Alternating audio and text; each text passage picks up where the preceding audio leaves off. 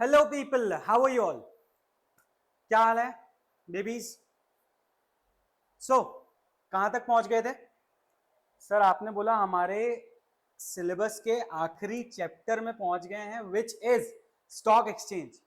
पिछला चैप्टर हमने कवर किया, विच वाज, बताओ 11th चैप्टर क्या था?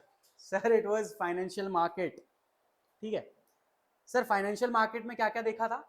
फाइनेंशियल मार्केट में हमने देखा था कि फाइनेंशियल मार्केट क्या होता है। यूजुअली आपने हमको बताया था कि सर जब आप सब्जी लेना चाहते हैं, आपको जब सब्जी चाहिए होती है तो आप कौन से मार्केट जाते हैं? आपने बोला आप सब्जी के मार्केट जाते हैं। आपको कपड़े चाहिए होते हैं, आप कपड़े के मार्केट में जाते हैं। वैसे ही जब आपको फाइनेंस से रिलेटेड, पैसे से रिलेटेड चीजें आपको ट्रांजैक्ट करनी होती है, या आपको पैसा चाहिए होता है, या आपको पैसा देना होता है, तो आप कहां जाते हैं? आप फाइनेंशियल मार्केट जाते हैं। सर अब आपने ना फाइनेंशियल मार्केट के दो क्लासिफिकेशंस बताए थे। फाइनेंशियल मार्केट का पहला क्लासिफिकेशन क्या था? सर मनी मार्केट होता है। मनी मार्केट क्या होता है? मनी मार्केट में यूजुअली बैंक्स के थ्रू जो ट्रांजेक्शन होते हैं, बैंक से जो पैसा लेते हैं या बैंक आपस में जो पैसा लेते हैं, उसको आपने मनी मार्केट बताया था। ये सब हमने पिछले चैप्टर में डिटेल में डिस्कस किया है। उसके अलावा आपने बताया था सेकेंड टाइप का जो मार्केट होता है वो कैपिटल मार्केट होता है। कैपिटल मार्केट क्या होता है? Capital market is basically a stock market. ठीक है, अब ये स्टॉक मार्केट क्या था? सर जहां पर जाकर आप अपनी कैपिटल रेस करते हैं। ठीक है, तो आज अपन लोग अपना ये वाला चैप्टर स्टार्ट करने वाले हैं, स्टॉक मार्केट के बारे में बात करने वाले हैं। सर सबसे पहले तो आप मुझे ये बताइए कि स्टॉक मार्केट क्या है? सर स्टॉक मार्केट क्या है? Stock market is nothing but a trading platform for you. क्या है? एक ट्रेडिंग प्लेटफॉर्म है जहां पर आप अपनी सिक्योरिटीज को क्या कर सकते हैं? खरीद और बेच सकते हैं। ठीक है, अब समझो ये स्टॉक मार्केट आया कैसे? सर इसकी हिस्ट्री क्या है? और जो स्टॉक मार्केट आपने बताए ये कितने टाइप्स के हैं? सर आपने बोला हमारे देश में दो स्टॉक मार्केट्स हैं जिसको हमने नाम दिया है NSC and second one is BSc. ठीक है, कौन कौन से? एनएससी और बीएससी। और सर एक इंपॉर्टेंट इंफॉर्मेशन, हमारा देश जो है India is the second country.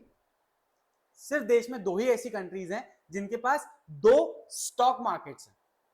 Sir पहली कौन सी है? सर पहली आपने बोला कि यूएस के पास दो स्टॉक मार्केट्स हैं और दूसरी हमारे इंडिया के पास दो स्टॉक मार्केट हैं। सर इंडिया के दो स्टॉक मार्केट्स कौन से हैं? एनएससी और बीएससी। सर यूएसए के दो स्टॉक मार्केट जिनकी आप बात कर रहे हो वो कौन से हैं? सर एक एनवाईसी है और दूसरा है नैस्डैक। ठीक है, तो अब एक बार ना आगे बढ़ते हैं और हमारे स्टॉक मार्केट की हिस्ट्री देखते हैं। सर आपने बोला हमारा ना स्टॉक मार्केट जो था वो 1950 से इसकी शुरुआत हुई। 1950 में हमारे पास सिर्फ एक स्टॉक मार्केट था। कौन सा था? सर ये स्टॉक मार्केट भी नहीं था एक्चुअली। उस टाइम कुछ brokers, some brokers were used to, they were used to ऐसा एक जगह पे बैठते थे और क्या करते थे, उस टाइम की जो कंपनीज थी उस कंपनीज की जो सिक्योरिटीज होती थी उन पर ना स्पेक्युलेट करते थे। क्या करते थे? उन सिक्योरिटीज पे स्पेक्युलेट करते थे, बाय और सेल करते थे उन सिक्योरिटीज का। सर आपने बोला क्या किया इन्होंने? उस टाइम ऐसे पिंक स्लिप्स होती थी, क्या पिंक स्लिप्स होती थी जिसको ऐसा सौदा कॉपी कहते थे उस टाइम पे।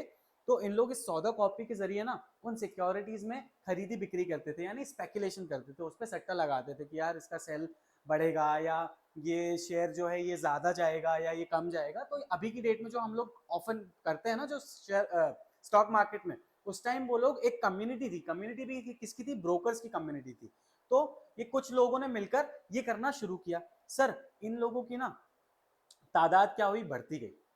और तादाद जैसे जैसे बढ़ती गई ना, आपने बोला कि आप इन 1875 इन लोगों ने एक ऑर्गेनाइजेशन बना दी। क्या किया? इन लोगों ने एक फॉर्मल प्लेस बना दी कि सर अब यहां पे ना हम लोगों के साथ हमारी कम्युनिटी जो है वो बढ़ने लगी है। तो इन लोगों ने क्या किया, इन लोगों ने एक फॉर्मल प्लेस डिसाइड कर दी कि सर अब यहीं पर आकर हम लोग इन सिक्योरिटीज पे दाव लगाएंगे। तो इस फॉर्मल प्लेस को उन लोगों ने क्या बोला, इस फॉर्मल प्लेस को उन लोगों ने बॉम्बे स्टॉक एक्सचेंज बोला।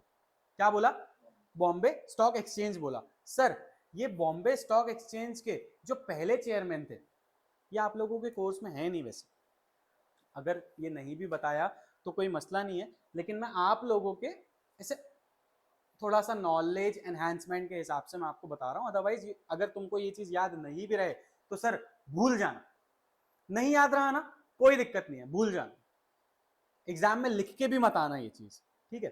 तो जो इस बंदा जो हमारी बीएससी फॉर्म हुई थी, इसके जो चेयरमैन थे ना, ये थे फिरोज जमशेद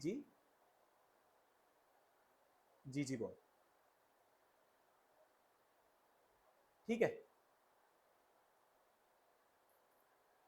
ये फारसी बंदा था, इनको पहला चेयरमैन बनाया गया हमारे बॉम्बे स्टॉक एक्सचेंज का। अब सर इन टाइम्स क्या हुआ कि लोगों का इंटरेस्ट जो था ना ज्यादा डेवलप होने लगा, किन चीजों में, सिक्योरिटीज में, स्टॉक्स में। भाई कंपनी का जो इतनी सारी लेन देन होने लगा था सिक्योरिटीज का, भाई कंपनी आपको डिबेंचर्स इशू कर रही थी, आपको इंटरेस्ट दे रही थी, या फिर आपसे शेयर के फॉर्म में पैसा रेज कर रही थी और उसके बदले में आपको डिविडेंड दे रही थी। क्या दे रही थी सर, प्रॉफिट दे रही थी, डिविडेंड यानी प्रॉफिट का एक हिस्सा। तो यहां पे ना हमको रिक्वायरमेंट दिखने लगी कि सर अभी ये जो बॉम्बे स्टॉक एक्सचेंज है, ये क्या था, ये पूरा ब्रोकर्स से एसोसिएटेड था, कि यहाँ पे ना 100% होल्डिंग जो थी, Bombay stock exchange was established in the form of company, और ये जो कंपनी थी ना, इस कंपनी में 100% जो होल्डिंग थी ना, ये सारे ब्रोकर्स की थी। ब्रोकर्स कौन थे, ये जिन लोगों ने हमारी कंपनी को, हमारे बीएससी को फॉर्म किया था। तो अब अभी तक तो हमारे पास सिर्फ एक ही स्टॉक एक्सचेंज है, कौन सा है, बॉम्बे स्टॉक एक्सचेंज। तो सर अब ये बताओ कि जब फॉर्म हुआ था तो एक बॉम्बे स्टॉक एक्सचेंज था, मतलब एक ही स्टॉक एक्सचेंज था हमारे पास, तो हमारे पास दूसरा स्टॉक एक्सचेंज कैसे आया, एनएसई का जन्म कैसे हुआ, ठीक है।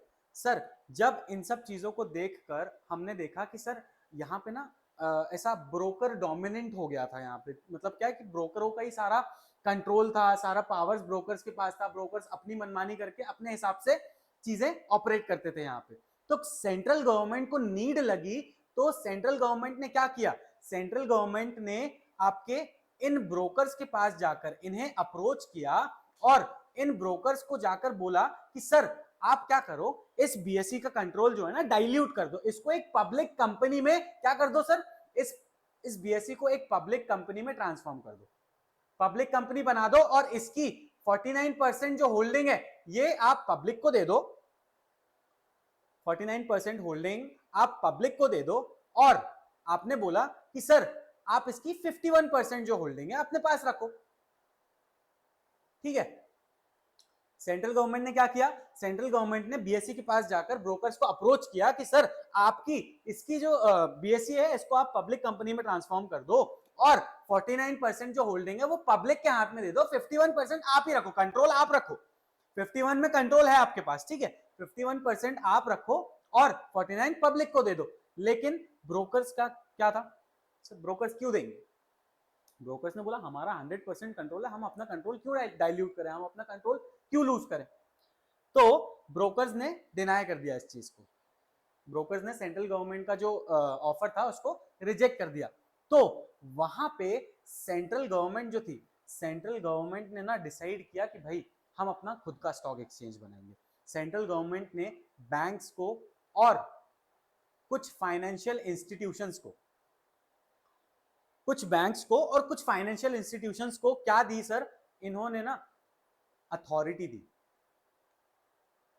सेंट्रल गवर्नमेंट ने बैंक और कुछ फाइनेंशियल इंस्टीट्यूशंस को अथॉरिटी दी to make their own stock exchange.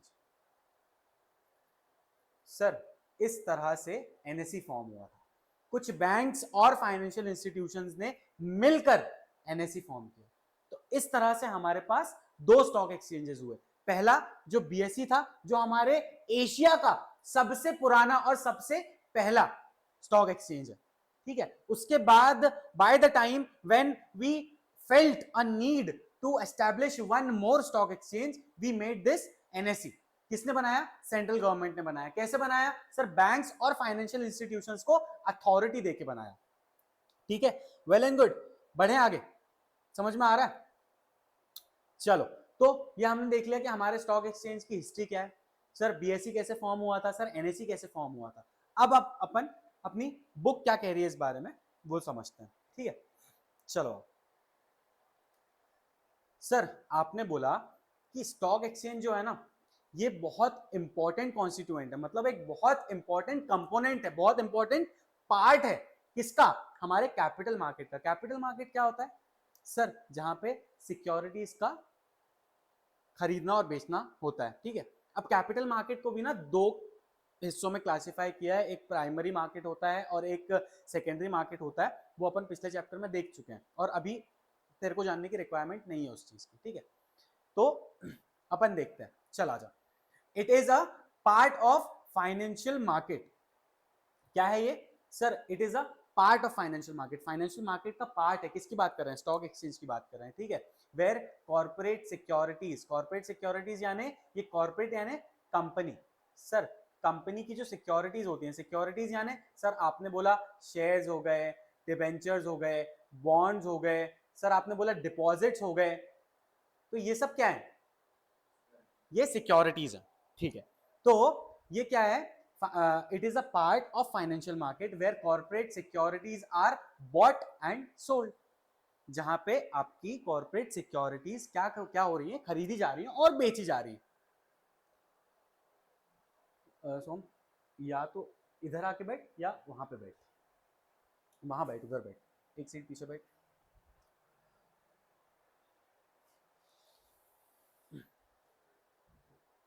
ठीक है, चलो, तो अब अपन ने देखा it is an organised capital market where second hand securities are bought and sold for investment and speculation purpose. Sir आपने बोला कि ये क्या है ना, कैपिटल मार्केट वो वाला कैपिटल मार्केट है। कौन सा? सेकेंडरी कैपिटल मार्केट की बात करें। देख प्राइमरी कैपिटल मार्केट क्या होता है? जहां पे सिक्योरिटीज पहली बार मार्केट में लाई गई हैं।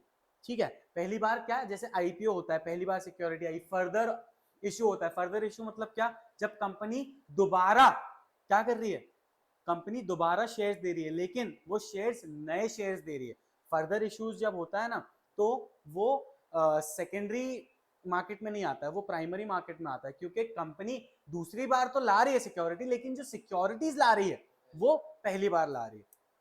ठीक है, तो ये कुछ एग्जांपल है प्राइमरी और सेकेंडरी के। सेकेंडरी यानी जब आपने जो शेयर्स हैं वो दे दिए हैं, कंपनी ने अपने शेयर्स इशू कर दिए हैं, अब ये जो शेयर्स हैं इनकी खरीदी बिक्री कैसे चल रही है? ये स्टॉक एक्सचेंज के थ्रू चल रही है। कैसे चल रही है? ये स्टॉक एक्सचेंज में शेयर्स ऑलरेडी एग्जिस्ट कर रहे हैं, कंपनी ने कोई नए शेयर्स लाए क्या? कंपनी ने अपने शेयर्स जो इशू करने थे वो इशू कर दिए। अब ये जो इशू किए हुए स्टॉक्स है ना, ये जो इशू किए हुए शेयर्स हैं, ये मार्केट में घूम रहे हैं। तूने मार्केट से शेयर्स खरीदा, कब खरीदा? जब कंपनी ने पब्लिक ऑफरिंग लाई थी। ठीक है, कंपनी ने पब्लिक ऑफरिंग लाई, तूने किसी कंपनी के शेयर्स खरीदा। मान ले टाटा मोटर्स ने आईपीओ लाया था, अब ये टाटा मोटर्स के तूने 100 शेयर्स खरीद लिए। तो ये जो तूने 100 शेयर्स खरीदे ना, ये प्राइमरी एक्टिविटी जब हुई थी, कंपनी ने जब प्राइमरी एक्टिविटी किया था, यानी जब पहली बार शेयर्स लाया था, तब तूने ये शेयर्स खरीदा। अब ये जो शेयर्स है ना, ये शेयर्स सेकेंड हैंड हो गए। सर अब तुम ये शेयर्स को ना, तुमने ये शेयर्स मुझे, इनमें से 50 शेयर्स मान ले तूने मुझे भेज दिए। ठीक है, ये 50 शेयर्स तूने मुझे भेज दिए, तो क्या मैं कंपनी के पास गया शेयर्स लेने, या तूने कंपनी को बोला कि सर इसको नए शेयर्स दो? मैंने किससे शेयर्स लिए? मैंने तेरे से लिए। तो ये क्या हो रहा है? ये आपस में, ये सेकेंडरी मार्केट एक्टिविटीज है। ठीक है, चलो, इसके बाद only listed securities can be traded on stock exchange. अब ये लिस्टेड सिक्योरिटीज क्या होती हैं? सर लिस्टेड सिक्योरिटीज वो होती हैं, देख लिस्टेड कंपनी क्या होती है? जिस कंपनी ने अपने आप को स्टॉक एक्सचेंज में रजिस्टर्ड करवा रखा है। क्या करवा रखा है? अपने आप को रजिस्टर करवा रखा है। और जब कंपनी अपने आप को स्टॉक एक्सचेंज में रजिस्टर करवाती है तो उसको पब्लिक कंपनी होना जरूरी है। क्यों पब्लिक कंपनी होना जरूरी है? एग्जैक्टली आपने बोला कि सर प्राइवेट कंपनी में आप पब्लिक को इनवाइट नहीं कर सकते हैं, प्रोहिबिटेड है, invitation for issuing of shares is prohibited in the case of private company. तो जब आप अपने आप को शेयर स्टॉक मार्केट में लिस्ट करवाते हो तो आपको पब्लिक कंपनी होना जरूरी है, क्योंकि जब आप पब्लिक कंपनी रहोगे तभी तो आप पब्लिक को ऑफर कर पाओगे। ठीक है, तो आपने बोला कि सर वो कंपनीज जो स्टॉक मार्केट में लिस्टेड हैं उन्हें हमने लिस्टेड कंपनी बुलाया, और इन लिस्टेड कंपनीज की जो सिक्योरिटीज हैं, अब ये जो लिस्टेड कंपनी है ये जो सिक्योरिटीज देंगी क्या करेंगी, शेयर्स इशू करेंगी, सर डिबेंचर्स इशू करेंगी, सर बॉन्ड्स इशू करेंगी, सर डिपॉजिट इशू करेंगी। तो ये जो सिक्योरिटीज कंपनी अब इशू कर रही है ना, इनको हमने लिस्टेड सिक्योरिटीज बोला। कौन सी सिक्योरिटीज बोला, लिस्टेड सिक्योरिटीज। क्यों बोला लिस्टेड सिक्योरिटीज, क्योंकि ये कंपनी लिस्टेड है। कहां पे लिस्टेड है सर, स्टॉक एक्सचेंज में लिस्टेड है। देखो समझ में आ रहा है ना, पक्की बात, पक्की बात। कुछ भी तेरे फेस से मेरे को थोड़ा सा क्वेश्चन मार्क दिख रहा है, कहां अटका बता, पक्का। चल ये देख यहाँ पे लिस्टेड सिक्योरिटीज लिखा हुआ है, securities those are included in the trading list of the stock exchange. To get its security listed, a company has to apply to stock exchange and comply with its rules and regulations. Company को क्या करना पड़ेगा, stock exchange के पास जाना पड़ेगा, उसके जो भी रूल्स एंड रेगुलेशंस है उसको कंप्लाई करना पड़ेगा, और फिर आप जो लिस्ट हो जाओगे आप, तो आपकी जो सिक्योरिटीज रहेंगी वो लिस्टेड सिक्योरिटीज कहलाएंगी। सर आपने बोला कि stock exchange is called as secondary market, क्योंकि आपने बोला कि स्टॉक एक्सचेंज में जो भी सिक्योरिटीज आती हैं वो कंपनी इशू करने के बाद आपस में घूमती रहती हैं, यानी जो इन्वेस्टर्स होते हैं, जो शेयर होल्डर्स होते हैं, वो आपस में खरीदी बिक्री करते रहते हैं। तो वो क्या है, वो सेकेंडरी मार्केट एक्टिविटी है। आपने बोला सर स्टॉक मार्केट और शेयर मार्केट, या फिर इसको हमने शेयर बाजार भी बोला, इसको दलाल स्ट्रीट भी कहते हैं। अपना जो बॉम्बे स्टॉक एक्सचेंज है ना, इसको दलाल स्ट्रीट कहते हैं बेसिकली, जैसे अपना वॉल स्ट्रीट कहते हैं ना उसको, वैसे ही अपने यहाँ पे इसको दलाल स्ट्रीट कहते हैं, बॉम्बे स्टॉक एक्सचेंज को। सर नेक्स्ट अपन समझते हैं कि स्टॉक एक्सचेंज का मतलब क्या है। ठीक है, stock exchange is a specific place where various type of securities are purchased and sold. Sir stock exchange में क्या हो रहा है, सर स्टॉक एक्सचेंज में आपने बोला कि स्टॉक एक्सचेंज में लोग आ रहे हैं और अपनी सिक्योरिटीज जो उन्होंने पहले ही होल्ड कर रखी है, क्या कर रखी है सर, जो सिक्योरिटीज इन लोगों ने पहले से होल्ड कर रखी है, इसको क्या कर रहे हैं सर, या तो बेच रहे हैं या खरीद रहे हैं। ठीक है, दे आर बाइंग और selling the securities they are holding. कहां पे आगे कर रहे हैं सर, स्टॉक एक्सचेंज में आगे कर रहे हैं। मैंने पहले ही बताया स्टॉक एक्सचेंज क्या है, स्टॉक एक्सचेंज एक ट्रेडिंग प्लेटफॉर्म है, कि आपको एक प्लेटफॉर्म प्रोवाइड करता है कि यहां आओ और अपनी सिक्योरिटीज को खरीदो या यहां से सिक्योरिटीज बेचो। सर नेक्स्ट आपने बताया the term securities include equity shares, preference shares, debentures, government securities and bonds etcetera. समझ, इक्विटी शेयर क्या होता है, जब कंपनी पैसा रेज करती है, पब्लिक से पैसा रेज कर रही है और उसको बदले में ओनरशिप दे रही है। क्या दे रही है, ओनरशिप दे रही है। यानी तूने मान ले रिलायंस कंपनी के शेयर्स खरीदा, सर कितने शेयर्स खरीदा, मान ले तूने 2000 शेयर्स खरीदा रिलायंस कंपनी के, तो तू ना रिलायंस कंपनी का मालिक है भाई, तू रिलायंस कंपनी का ओनर है, तेरे को कोई ये नहीं कह सकता कि तू ओनर नहीं है। तू ओनर है to the extent of the securities और द शेयर्स यू होल्ड। तू कितने शेयर्स होल्ड कर रहा है, तू 2000 शेयर्स होल्ड कर रहा है, तो तू उस कंपनी का 2000 शेयर्स का मालिक है। ठीक है, तो क्या कह रहा है ये सर, आपने बोला इक्विटी शेयर यानी वो शेयर्स जो आपको बदले में ओनरशिप देते हैं। ठीक है, वहीं आपने बोला प्रेफरेंस शेयर्स। प्रेफरेंस शेयर्स क्या होते हैं, प्रेफरेंस शेयर्स भी ना इक्विटी जैसे ही होते हैं, लेकिन प्रेफरेंस शेयर में आपको ओनरशिप नहीं मिलती, आप को ओनर कहलाते हैं। ठीक है, प्रेफरेंस शेयर का क्या होता है, प्रेफरेंस शेयर में आप एक स्पेसिफाइड टाइम के लिए कंपनी को पैसा देते हैं, आप कंपनी क्या करती है, एक स्पेसिफाइड टाइम के लिए आपसे पैसा लेती है और उसके बदले में आपको डिविडेंड देती है। प्रॉफिट का हिस्सा देती है। एक स्पेसिफाइड टाइम आता है, आपका वो टाइम खत्म हो जाता है कि सर आपके जो प्रेफरेंस शेयर मैंने लिए थे, यानी आपको जो मैंने प्रेफरेंस शेयर दिए थे और पैसा लिया था, अब ये पैसा वापस ले लो और मेरे शेयर्स मुझे वापस दे दो। उतने टाइम तक कंपनी क्या कर रही है, तुझे डिविडेंड दे रही है, ठीक है। अब तू अगर डिबेंचर्स की बात करें ना, तो डिबेंचर्स में भी ऐसा ही होता है। डिबेंचर्स के थ्रू कंपनी पैसा रेज करती है, पब्लिक से पैसा उठाती है और बदले में उन्हें डिबेंचर्स देती है, डिबेंचर सर्टिफिकेट देती है। एक डॉक्यूमेंट होता है, डिबेंचर सर्टिफिकेट होता है, उस डॉक्यूमेंट को कंपनी पब्लिक को देती है जिनसे भी उसने पैसा रेज किया है। किस फॉर्म में पैसा रेज किया है, डिबेंचर के फॉर्म में पैसा रेज किया। तो अब ये डिबेंचर के फॉर्म में जब पैसा रेज किया, तो मैं बदले में वो जो लोग हैं जिनसे मैंने पैसा लिया है उनको मैं ओनरशिप नहीं दे रहा हूं भाई। जब मैं उनसे डिबेंचर के फॉर्म में पैसा रेज करता हूं, तो मैं उन्हें रिटर्न में इंटरेस्ट देता हूं। क्या देता हूं, इंटरेस्ट देता हूं।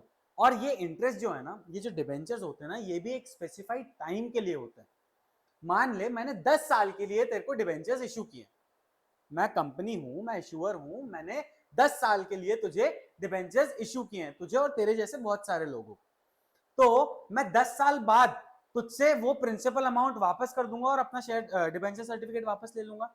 लेकिन तूने बोला कि सर मेरा क्या फायदा हुआ, तुमने मेरे से पैसा लिए और तुम वही पैसा मुझे प्रिंसिपल अमाउंट 10 साल बाद वापस कर रहे हो। सर ऐसा थोड़ी होगा, मैंने तुम्हें पैसा दिया है तो मेरा कुछ तो फायदा होना चाहिए ना। क्या फायदा हुआ मेरा, मुझे हर साल इंटरेस्ट मिलता है, और ये जो इंटरेस्ट होता है ना, ये भी मैं फिक्स्ड रखता हूं कि सर मैं आपको मान लो 10% पर एनम इंटरेस्ट दूंगा हर साल, मैं आपको 10% इंटरेस्ट देने वाला हूं हर साल, ये फिक्स्ड रहता है। तो जब कंपनी डिबेंचर के थ्रू पैसा रेज करती है तो उसका प्रोसीजर ये होता है। अगर कंपनी लॉस में जा रही है तो भी वो वही अमाउंट एग्जैक्टली, बस वही बात आ जाती है कि जब आप इक्विटी शेयर होल्डर्स है ना, तो आपको प्रॉफिट या डिविडेंड तभी मिलेगा जब कंपनी प्रॉफिट बना रही है। लेकिन जब आपने पैसा डिबेंचर्स के थ्रू रेज किया है या बैंक से लोन के थ्रू रेज किया है ना, तो आपको वहां पे चाहे लॉस हो चाहे प्रॉफिट हो, नो मैटर व्हाट, आपने इंटरेस्ट देना है। और जब आप इंटरेस्ट नहीं देते हो ना, जब आप डिफॉल्ट करते हो इन द पेमेंट और रीपेमेंट ऑफ इंटरेस्ट और प्रिंसिपल अमाउंट, तो आपके ऊपर पेनल्टी आती है सर। इसीलिए हम कहते हैं कि जो इक्विटी होती है ना, इक्विटी कैपिटल जो होता है ना, वो लेस रिस्की होता है। और जो हमारा डेट कैपिटल होता है, जो हमारा बोरोड कैपिटल होता है, जो हमारा लोन कैपिटल होता है, वो हमेशा रिस्की होता है। क्यों, क्योंकि कल को अगर कंपनी ने प्रॉफिट नहीं किया ना, तो कंपनी के वारे न्यारे हो जाएंगे, क्योंकि उनको इंटरेस्ट तो देना ही है।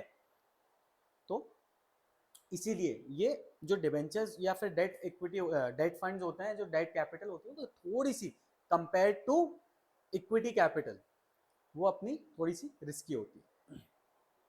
चलो, तो ये आपको बताया कि सिक्योरिटीज में क्या क्या आता है, ठीक है। इसके बाद हमने देखा including units of mutual funds. Sir mutual fund क्या होता है, म्यूचुअल फंड की यूनिट क्या होती है, डजंट कंसर्न जी। म्यूचुअल फंड हमने देखा है, म्यूचुअल फंड में आप पैसा जमा करते हैं और उसके बदले में म्यूचुअल फंड आपको रिटर्न्स देता है। रिटर्न्स अनसर्टेन होते हैं, मिले तो ठीक, नहीं मिले तो ठीक। म्यूचुअल फंड क्या करता है, म्यूचुअल फंड आपसे पैसा लेता है और पैसे के बदले में आपको यूनिट्स देता है, ठीक है। जैसे अब यहाँ पे अपन लोग उनसे पैसा लेके इक्विटी दे रहे हैं ना, इक्विटी कैसे देते हैं, उनको शेयर सर्टिफिकेट देते हैं। प्रूफ क्या होता है, एविडेंस क्या होता है, ये शेयर सर्टिफिकेट होता है। तो म्यूचुअल फंड में जब आप पैसा डालते हैं ना, म्यूचुअल फंड में आपको यूनिट्स मिलती है। ये म्यूचुअल फंड क्या करते हैं, ये म्यूचुअल फंड्स भी जाकर कंपनीज में ही पैसा इन्वेस्ट करते हैं, और जो रिटर्न्स आते हैं उसमें से आपको रिटर्न्स देते हैं। बदले में आपको क्या दे रहे हैं, ये यूनिट्स दे रहे हैं। जैसे अपने शेयर्स है ना, वैसे ही म्यूचुअल फंड की यूनिट्स होती है। तो मतलब म्यूचुअल फंड जो भी बैंक दे रही है मतलब वो फिर इक्विटी नहीं ले रही इन कंपनी से, या वो इक्विटी ले रही है। देख, वो कंपनी इन्वेस्ट कर रही है, इक्विटी ले रही है, हो सकता है ले सकती है, ले सकती है इक्विटी। अब देख, ये ना म्यूचुअल फंड्स का डिस्क्रिप्शन होता है, वो जो पॉलिसी लाते हैं ना, वो पॉलिसी में बताते हैं कि ये पैसा हम कहाँ पे इन्वेस्ट करने वाले हैं, हम इक्विटी में पैसा इन्वेस्ट कर रहे हैं या हम डेट में पैसा इन्वेस्ट कर रहे हैं। ये म्यूचुअल फंड की जब पॉलिसीज आती हैं तो उसमें डिस्क्राइब्ड होता है कि ये पैसा हम कहाँ पे लगाने वाले हैं, कौन सी कंपनीज में लगाने वाले हैं, तो ये पता होता है। म्यूचुअल फंड कुछ भी करे, म्यूचुअल फंड ले सकता है इक्विटी। देख, जब कंपनी पब्लिक ऑफरिंग लाती है ना, पब्लिक इशू लाती है ना, तो वो बड़े बड़े फाइनेंशियल इंस्टीट्यूशन के लिए एक बड़ा परसेंट बचा कर रखती है कि सर इतना परसेंट मेरे बैंक्स, फाइनेंशियल इंस्टीट्यूशंस, अब म्यूचुअल फंड फाइनेंशियल इंस्टीट्यूशन में आ गया ना कहीं, तो ये बैंक उन लोगों के लिए रिजर्व रखती है कि इतना परसेंट मैं इन्हीं से पैसा रेज करने वाली हूँ। कभी अभी जब अपन आगे पढ़ेंगे ना ये, तो मैं तुम लोगों को लाइव बताऊंगा कि स्टॉक मार्केट में डीलिंग कैसे होती है, स्टॉक मार्केट में कितना परसेंट किसके लिए रिजर्व किया गया है। अपन लोग जो होता है ना, अपन लोग जो कंपनी से पैसा उठाते हैं, अपन रिटेल इन्वेस्टर्स हैं, अपन लोग ज्यादा पैसा नहीं उठाते हैं। रिटेल इन्वेस्टर्स कौन होते हैं? जो 2 लाख तक की नॉमिनल वैल्यू के शेयर्स उठाते हैं, इनको अपन रिटेल इन्वेस्टर्स बोलते हैं। एक रिटेल इन्वेस्टर्स होते हैं, एक हाई नेटवर्थ इन्वेस्टर्स होते हैं। होते वो इंडिविजुअल्स ही हैं, लेकिन वो हाई नेटवर्थ वाले होते हैं कि वो ज्यादा अपने से ज्यादा इन्वेस्ट करते हैं, रिटेल से ज्यादा इन्वेस्ट करते हैं। फिर उसके बाद आता है क्यूआईबीज। क्यूआईबीज क्या होता है? Qualified institutional buyers. तो अपना जो म्यूचुअल फंड है ना, वो क्वालिफाइड इंस्टीट्यूशनल बायर्स में आता है। ये लोग क्या करते हैं? ये बड़े चंक में पैसा उठाते हैं कंपनी से। तो कभी भी तू देखना, जब कंपनी आईपीओ करती है ना, तो मान ले 3 दिन का आईपीओ है, कंपनी ने 3 दिन के लिए आईपीओ लाया कि मतलब 3 दिन तक आप पैसा दे सकते हो और शेयर्स ले सकते हो।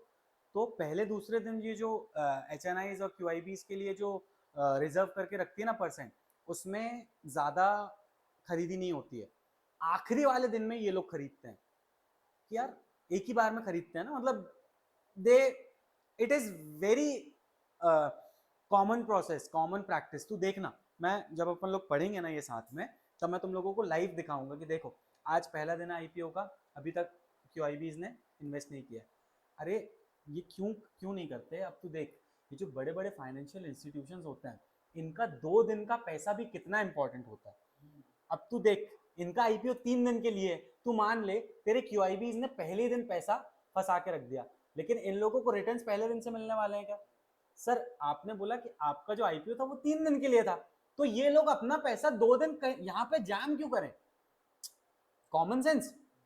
आपने बोला ये पैसा किसी को लैंड कर दिया, उसमें इंटरेस्ट आ गया, या फिर कहीं पे आपने बोला इन्वेस्ट कर दिया, कहीं और इन्वेस्ट कर दिया, तो 2 दिन का भी नुकसान क्यों होने दे? तो ये बड़े लेवल पे सोच के उस हिसाब से करते हैं कि 2 दिन भी अपना पैसा जाम क्यों करके रखना है।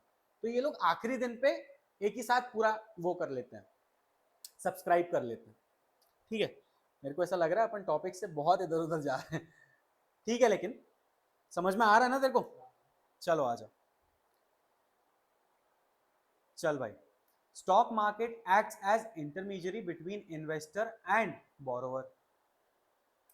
अब ये इन्वेस्टर कौन है? जो पैसा डाल रहा है। बोरोवर कौन है? कंपनी, जो क्या कर रही है? शेयर्स इशू कर रही है। छोड़, अभी अपन लोग सेकेंडरी मार्केट की बात कर रहे हैं। ठीक है, तो स्टॉक मार्केट में अपन लोग प्राइमरी मार्केट घुसाते ही नहीं। यहाँ पे मेरा इन्वेस्टर कौन है? जो शेयर्स खरीद रहा है, यानी तेरे से मैंने शेयर्स खरीदा था, मैं इन्वेस्टर हो गया। तूने मुझे शेयर्स बेचा था, तू बोरोवर हो गया। सॉरी, उल्टा बोल दिया मैंने, मैं बोरोवर हो गया, तू इन्वेस्टर हो गया। लेकिन आपने इन्वेस्ट किया ना। इन्वेस्ट, लेकिन तूने पहले कंपनी में इन्वेस्ट किया था, तू इन्वेस्टर था। ठीक है, तो जिसे मैंने बोरो किया है, इन्वेस्टर तो तू था ना, तूने इन्वेस्ट किया था कंपनी में, तो जिसे मैंने शेयर्स खरीद लिए, मैं बोरोवर हो गया। सर समझो, अब शेयर मार्केट जो है ना, स्टॉक मार्केट लिंक है, इंटरमीडियरी है, मिडिल मैन है, किसके? तेरे और मेरे बीच में, इन्वेस्टर के और बोरोवर के बीच में। तू कौन है? तू इन्वेस्टर है। मैं कौन हूं? मैं बोरोवर हूं। Sir, to provide safety and stability to the investors, stock exchange in India are regulated by SEBI. अब ये सेबी क्या है? सेबी एक रेगुलेटरी अथॉरिटी है जो स्टॉक मार्केट में जितनी भी एक्टिविटीज चल रही हैं, इनको क्या करती है? रेगुलेट करती है, इस पे निगरानी रखती है, सुपरवाइज करती है। इसका मेन एंड द फोरमोस्ट ये क्या है? ऑब्जेक्टिव क्या है? कि इंटरेस्ट प्रोटेक्टेड रहे, किसका? इन्वेस्टर्स का। The main objective of SEBI is to protect the interest of investors. Sir, London stock exchange was founded in 1571, is the oldest stock exchange। कब फॉर्म हुआ था? 1571 में लंदन स्टॉक एक्सचेंज की बात कर रहा है। In the world, while Bombay stock exchange was founded in 1875।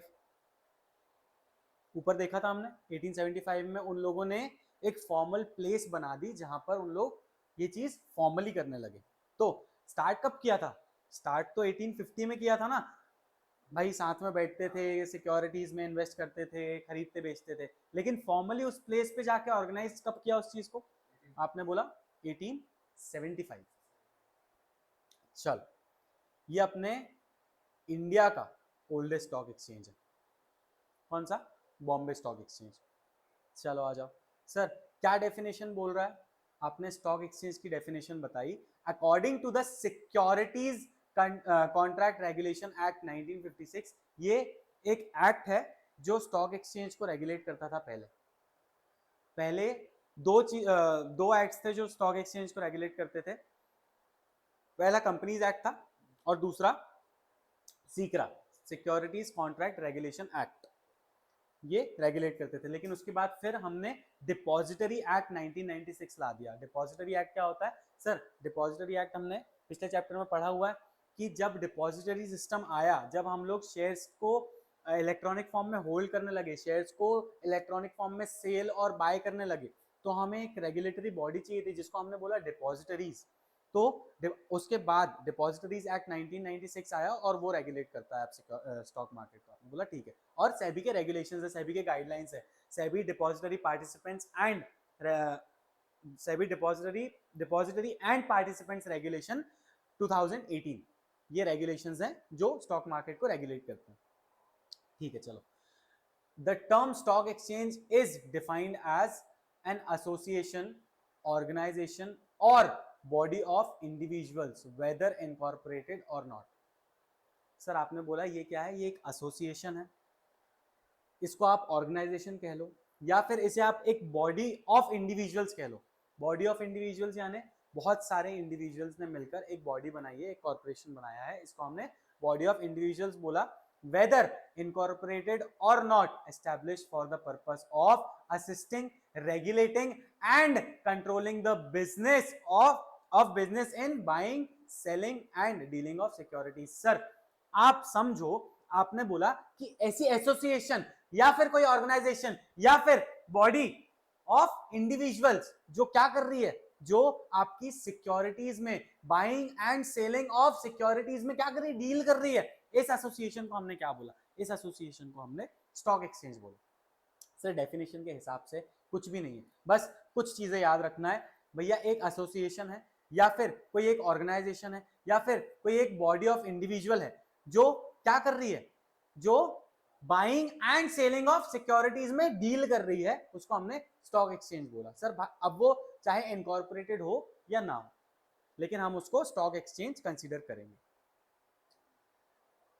अब Husband and Dockeray have defined stock exchange as. अब ये दो बंदे हैं, इन्होंने कैसे डिफाइन किया? सर इन्होंने बोला कि stock exchange are privately organised market which are used to facilitate trade in securities. कुछ नहीं, ट्रेडिंग प्लेटफॉर्म।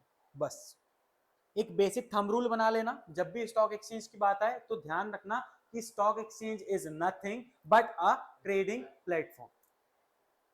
ठीक है, चलो अब एक बार फीचर्स देखते हैं, क्या क्या इंपॉर्टेंट फीचर्स हैं हमारे स्टॉक एक्सचेंज के। ठीक है, चलो क्या देख रहे थे sir?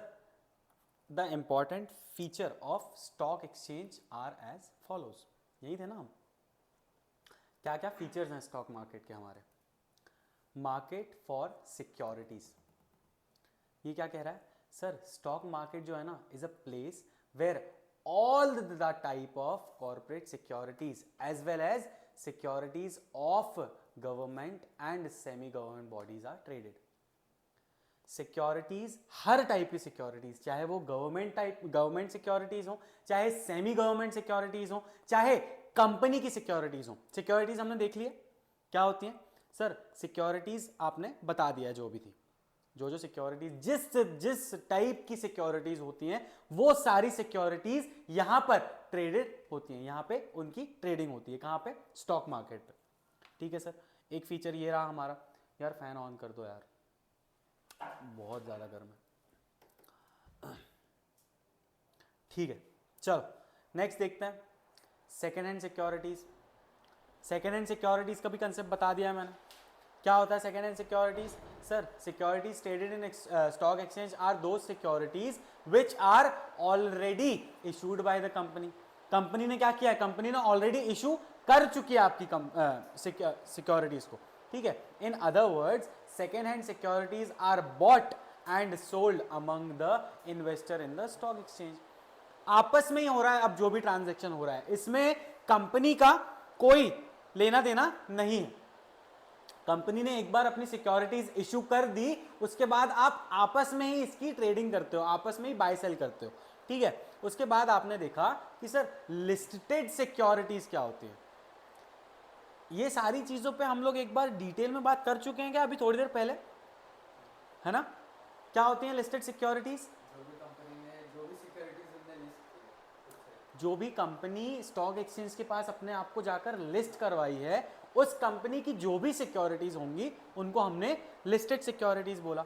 Sir only securities that are listed with the stock exchange can be traded on stock exchange. Sir, listing of securities helps in protecting the interest of investors as companies have to strictly comply with the rules laid down by the stock exchange. जो भी stock exchange के rules and regulations है, company को बहुत strictly comply करना पड़ता है, यानी उनको फॉलो करना पड़ता है। आपने बोला कि सर आपने इस तरीके से ही अपनी सिक्योरिटीज को क्या करना है, इशू करना है, तो आप उसी तरीके से करोगे। सर आपने बोला कि कंपनी में इन्वेस्टर के साथ ऐसा नहीं होना चाहिए, ये मिसकंडक्ट नहीं होना चाहिए। फॉर इंस्टेंस किसी कंपनी के इन्वेस्टर के साथ आपने, किसी कंपनी के इन्वेस्टर ने सारी फॉर्मेलिटी, सारी एप्लीकेशंस वगैरह सब अच्छे से प्रॉपर तरीके से जैसे होनी चाहिए वैसे ही की है, लेकिन कंपनी ने फिर भी क्या कर दिया, उसके एप्लीकेशन को रिजेक्ट कर दिया। तो आपने बोला कि ऐसा नहीं होना चाहिए। आपने बोला कि आपको रूल्स एंड रेगुलेशंस को सही तरीके से फॉलो करना है, सही तरीके से कंप्लाई करना है, ठीक है। बढ़े आगे। Sir organised and regulated market, अभी अपन किसके फीचर्स देख रहे हैं, स्टॉक मार्केट के फीचर्स देख रहे हैं। तो ये किसकी बात कर रहा है, ये एक ऑर्गेनाइज्ड और एक रेगुलेटेड मार्केट है। कौन रेगुलेट कर रहा है इसको, सर सेबी रेगुलेट कर रहा है इसको, आपने ऊपर बताया था हमें। चल sir all listed companies have to comply with the guidelines of SEBI. Sir सिर्फ स्टॉक एक्सचेंज को नहीं गाइडलाइंस फॉलो करनी है सेबी की, सारी लिस्टेड कंपनी जो स्टॉक मार्केट से लिंक्ड हैं। कैसे लिंक्ड हैं, क्योंकि वो लोग रजिस्टर्ड हैं, वो लोग लिस्टेड हैं स्टॉक मार्केट में। सर देखो लिस्टेड का कैसा हिसाब है ना, कोई कंपनी चाहे तो अपने आप को एनएससी में लिस्ट करवा सकती है, कोई कंपनी चाहे तो अपने आप को बीएसई में लिस्ट करवा सकती है, कोई कंपनी चाहे तो अपने आप को दोनों स्टॉक एक्सचेंजेस में लिस्ट करवा सकती है। कंपनी का डिस्क्रिप्शन, कंपनी चाहे तो एक में भी लिस्ट हो सकती है, कंपनी चाहे तो दोनों में भी लिस्ट हो सकती है, कंपनी चाहे तो किसी एक में भी लिस्ट हो सकती है। तो फिर दोनों के जो गाइडलाइंस और रेगुलेशंस है वो डिफरेंट है क्या? कुछ भी डिफरेंट नहीं है सर, बस होता यह है कि आपके कंप्लायंसेस बढ़ जाते हैं, आपका पेपर वर्क बढ़ जाता है। जहाँ पे आप एक स्टॉक एक्सचेंज में लिस्टेड थे तो आपको एक स्टॉक एक्सचेंज के हिसाब से कंप्लाई करना पड़ रहा था, वहीं अब आप दो स्टॉक एक्सचेंजेस में लिस्टेड हो, आपने बीएसई में भी अपने आप को लिस्ट करवा लिया, आपने एनएससी को भी लिस्ट करवा लिया। सी तू जो बात बोल रहा है ना, तू रूल्स एंड रेगुलेशंस की बात कर रहा है। रूल्स एंड रेगुलेशंस किसके कंप्लाई कर रहे हैं हम, सेबी के कंप्लाई कर रहे हैं। सेबी क्या है, सेबी रेगुलेटरी अथॉरिटी है। तो जो सेबी है, ये जो रेगुलेटरी अथॉरिटी है, ये रूल्स तो दोनों स्टॉक एक्सचेंजेस के लिए सेम ही बनाएगी ना। ऐसा तो नहीं करेगी कि एनएससी के लिए अलग रूल्स हैं और बीएसई के लिए अलग रूल्स हैं, ऐसा होगा क्या? आपने बोला नहीं सर। तो जो रूल्स और रेगुलेशंस हमें एनएससी में फॉलो करने हैं, वही रूल्स एंड रेगुलेशंस हमें बीएसई में भी फॉलो करना पड़ेगा अगर हमारी कंपनी दोनों स्टॉक एक्सचेंजेस में लिस्टेड है। तो होता कुछ नहीं है, हमारा कंप्लायंस बढ़ जाता है, हमारे रूल्स एंड रेगुलेशंस को वापस से कंप्लाई करने की प्रोसीजर बढ़ जाती है, पेपर वर्क बढ़ जाता है। तो फिर दो जगह पे लिस्ट करने का कोई एडवांटेज तो रहेगा यार ज़्यादा अपॉर्चुनिटी। सर दोनों जगह पे हमने दोनों स्टॉक एक्सचेंज में अपनी सिक्योरिटीज लिस्ट करवा ली। देख ये एक बहुत वाइडर कंसेप्ट है सर। हमारे एनएससी और बीएसई में कभी भी तू देखेगा ना, तो स्टॉक्स का ना थोड़े से प्राइस का हल्का फ्लक्चुएशन रहता है, बहुत हल्का, माइन्यूट पॉइंट्स में। क्यों होता है? वो वॉल्यूम की वजह से होता है। सी एनएससी किसकी सब्सिडायरी है? हमारे एनएसडीएल की सब्सिडायरी है। सॉरी, एनएसडीएल जो है वो हमारे एनएससी की सब्सिडायरी है। अब सब्सिडायरी कैसे बताऊं? देखो सब्सिडायरी पता है क्या? सब्सिडायरी पढ़ा? सेकेंडरी कंपनी या फिर ऐसा सब्सिडायरी कंपनी यानी जिसका कंट्रोल, हाँ। किसी और के पास रहता है 50%। तो अब जब तू डिपॉजिटरी समझेगा ना, तब तेरे को इस चीज़ का लॉजिक समझेगा कि ये एनएससी और बीएसई में दोनों में क्यों तुम्हें स्टॉक लिस्ट करवाना है। तो ये चीज, ये कंसेप्ट समझने के लिए पहले देखो डिपॉजिटरी समझना पड़ेगा। मतलब एडवांटेज है। काइंड ऑफ कह सकता है तू, कुछ तो एडवांटेज रहा हो। अब वो एडवांटेज तेरे को जानने के लिए वो पहले समझना पड़ेगा, फिर तू ये एडवांटेज समझ पाएगा। ठीक है, चल नेक्स्ट अपन देखते हैं। Companies will also have to function as per the rules and regulation laid down by the stock exchange. ये देख लिया था आपने। बोला सर स्पेसिफिक लोकेशन, ये क्या कह रहा है? Stock exchange is specific physical place where securities are traded. हमारे दोनों स्टॉक एक्सचेंजेस कहाँ हैं? दोनों मुंबई में। हाँ सही कह रहा है, बीएससी भी मुंबई में, एनएससी भी मुंबई में। तो आपने बोला कि आपके स्टॉक एक्सचेंज के लिए ना आपके पास एक फिजिकल प्रेजेंट स्पेसिफिक प्लेस होना चाहिए जहां पे आपका स्टॉक एक्सचेंज है। आप ऐसा नहीं कि आपने ऑनलाइन कोई कंपनी बना लिया, ऑनलाइन कोई प्लेटफॉर्म खोल लिया और वहां पे आप ट्रेडिंग करवा रहे हैं इन्वेस्टर्स की। नहीं, stock exchange should be a place, specific place जहां पे आप अपनी सिक्योरिटीज की ट्रेडिंग करवा रहे हैं। Sir it is a market place where brokers and intermediaries meet to conduct dealings in securities. Brokers तो हमको पता है, ब्रोकर्स कौन होता है? जो हमारे बीच में, अब जैसे देख ब्रोकर क्या है, मैं जब इलेक्ट्रॉनिक फॉर्म में सिक्योरिटीज होल्ड करता हूँ और उनको शेयर करता हूँ ना, तो मैं ये डायरेक्ट नहीं कर सकता हूँ। मैं डायरेक्ट इन्वेस्टर के पास जाके अपनी सिक्योरिटीज उसको नहीं दे सकता हूँ, क्योंकि मेरे पास सिक्योरिटीज की कस्टडी है ही नहीं, मेरे हाथ में कहाँ है सिक्योरिटीज।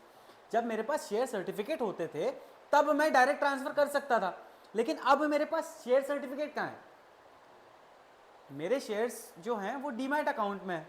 तो मैं जिसके पास डीमैट अकाउंट खुलवाता हूँ जाके, वो मेरा ब्रोकर होता है, वो मेरी इंटरमीडियरी है, वो मेरा, उसको हम डिपॉजिटरी पार्टिसिपेंट भी बोलते हैं। तो ये जो ब्रोकर है ना, ये ब्रोकर और इंटरमीडियरीज, बहुत सारी मार्केट इंटरमीडियरीज होती हैं, बहुत सारे मिडिलमैन होते हैं। तो ये इनके बीच में आपने डीलिंग्स करवाने के लिए इस जगह को एस्टैब्लिश किया है। सर ये वो प्लेस है जहां पे आपका ब्रोकर और आपके जो दूसरी इंटरमीडियरीज हैं, जो दो दूसरे मिडिलमैन हैं, ये आके क्या कर रहे हैं? सिक्योरिटीज में ट्रेड कर रहे हैं, इस जगह पे आके कर रहे हैं। आपने बोला today all trading is done electronically on a stock exchange. Electronically हो रही है। सर 1 अप्रैल 2019 से आपकी trading in the securities in the physical form को आप ट्रेड नहीं कर सकते। अगर तेरे पास बहुत पुरानी कोई, तेरे पापा की, दादा की, अगर तेरे पास कोई सिक्योरिटीज़ हैं, शेयर सर्टिफिकेट्स हैं, मान ले तेरे दादा जो उस टाइम थे वो शेयर्स वगैरह में काफ़ी इंटरेस्टेड थे, तो वो उन्होंने कुछ कुछ कंपनीज के शेयर्स खरीद के रखे हैं, लेकिन अब उन्होंने जो शेयर्स थे वो किस फॉर्म में खरीद रखे थे? शेयर सर्टिफिकेट के फॉर्म में। सर ये एक शेयर सर्टिफिकेट है जिसमें सिक्योरिटीज़ के, मेरी कंपनी की सिक्योरिटीज़ लिखी हुई हैं, कितनी कितनी है। मान ले रिलायंस का है, यहाँ पे मेरी सिक्योरिटीज़ लिखी हैं कि मैंने 2000 शेयर्स अपने ले रखे थे, लेकिन ये किस फॉर्म में है? ये पेपर फॉर्म में है, ये फिजिकल फॉर्म में है। तो 1 अप्रैल, ये भी कोर्स में नहीं है, जस्ट फॉर योर इन्फॉर्मेशन, 1 अप्रैल 2019 से आपने बोला कि trading in the form of physical securities आपने बंद करवा दी है। Sir it is not doable any more. आपको अगर अब ये जो फिजिकल शेयर्स था, तूने अपने किसी दिन दादा की ये संदूक होता है, संदूक खोला, उसमें से तेरे को बहुत सारे शेयर सर्टिफिकेट्स मिले, तेरे भाई दिन बन गया कि यार मैं तो बहुत अमीर हूँ, मेरे पास इतनी सारी कंपनीज के शेयर्स हैं। अब तूने बोला कि यार ये शेयर सर्टिफिकेट्स का करूँ क्या? लेकिन मैं, तो तेरे को ना पहले इन शेयर सर्टिफिकेट्स को इलेक्ट्रॉनिक फॉर्म में कन्वर्ट करवाना पड़ेगा, फिर चाहे तो तू उसको रख, फिर चाहे तो तू उसको बेच दे, वो तेरी मर्जी, लेकिन तू इन शेयर सर्टिफिकेट्स को नहीं बेच सकता। डायरेक्टली इन शेयर सर्टिफिकेट्स को नहीं बेच सकता। तेरे पास सिक्योरिटीज हैं, तेरे पास इस कंपनी के इतने इतने शेयर्स हैं, लेकिन वो किस फॉर्म में? वो फिजिकल फॉर्म में, वो शेयर सर्टिफिकेट के फॉर्म में। अब तेरे को वो फिजिकल सर्टिफिकेट्स को इलेक्ट्रॉनिक फॉर्म में कन्वर्ट करवाना पड़ेगा। ये किसके पास जाके करवाएगा? ये तू अपने ब्रोकर के पास जाके करवाएगा, डीपी के पास जाके करवाएगा। उसको बोलेगा कि सर मेरा डीमैट अकाउंट खोलो, मेरे इन शेयर्स को जो सर्टिफिकेट फॉर्म में है इनको कन्वर्ट कर दो। किस फॉर्म में? आपने बोला इलेक्ट्रॉनिक फॉर्म में कन्वर्ट कर दो, और मेरी इन सिक्योरिटीज को मुझे बेचना है या व्हाट्सएवर रखना है, बेचना है, तेरी मर्जी, लेकिन तू इसको डायरेक्ट शेयर सर्टिफिकेट के फॉर्म में नहीं बेच सकता। ठीक है।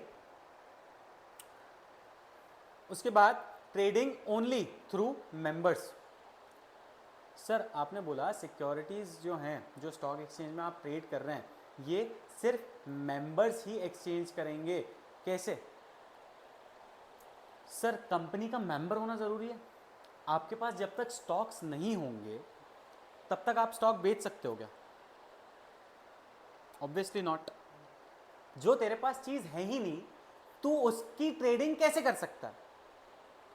तेरे पास ये बुक नहीं है तो तू इस बुक को पढ़ सकता है क्या? तूने बोला नहीं। तो जब तू सिक्योरिटीज खरीदेगा, जब तेरे पास सिक्योरिटीज होंगी तब जाके तू बेचेगा ना इन्हें।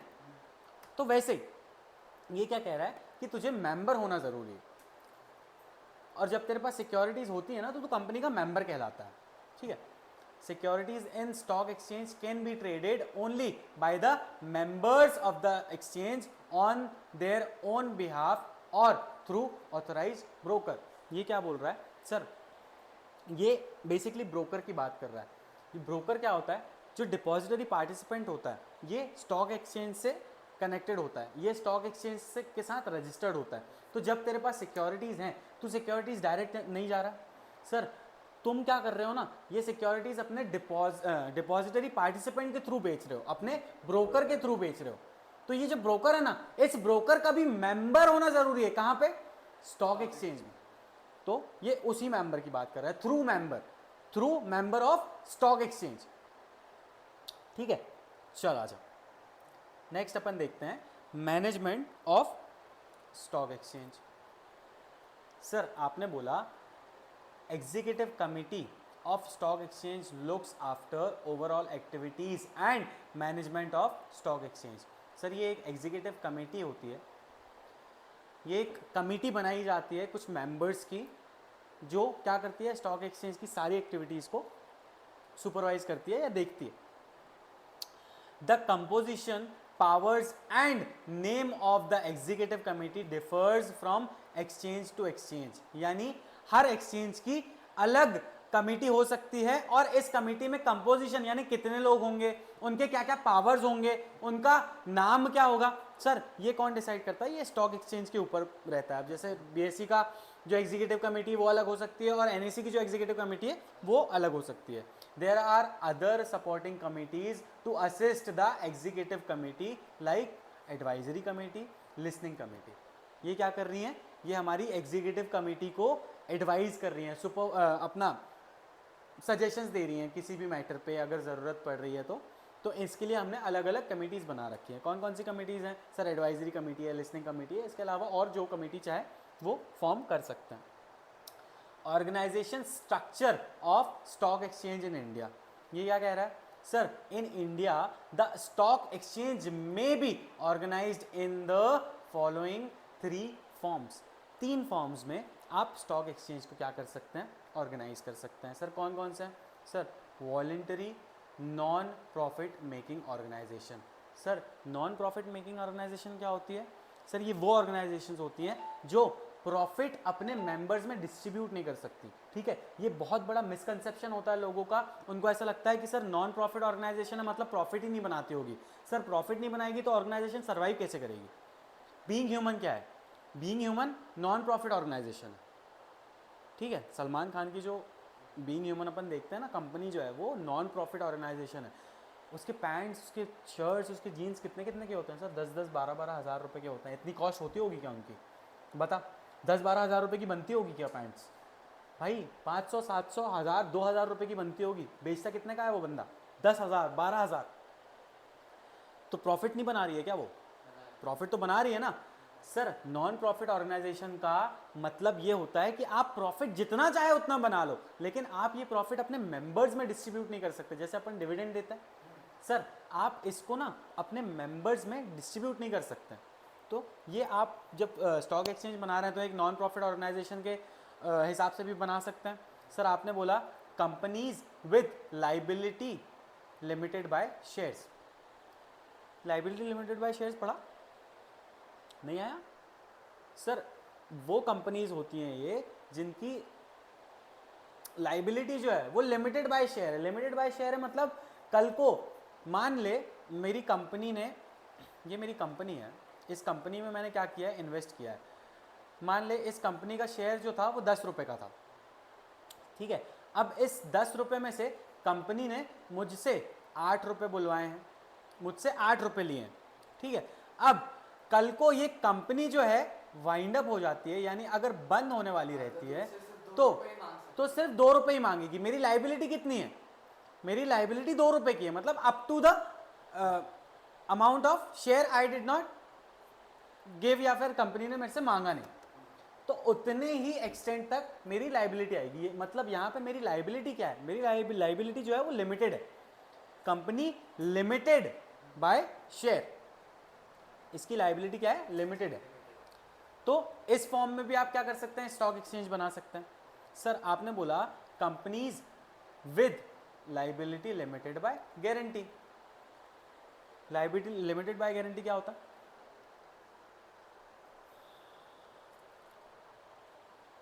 सर आपने क्या किया है ना, आपने मुझसे कैपिटल नहीं ली है, आपने मुझसे पैसा नहीं लिया है। कंपनी जब आप इनकॉर्पोरेट कर रहे थे तो आपने पैसा दोस्त या रिश्तेदार या किसी इन्वेस्टर से पैसा लेके अपनी कैपिटल रेज कर ली है, लेकिन आपने मुझसे गारंटी ली है। ये कंपनी है, ये XYZ लिमिटेड है, इसने क्या किया है?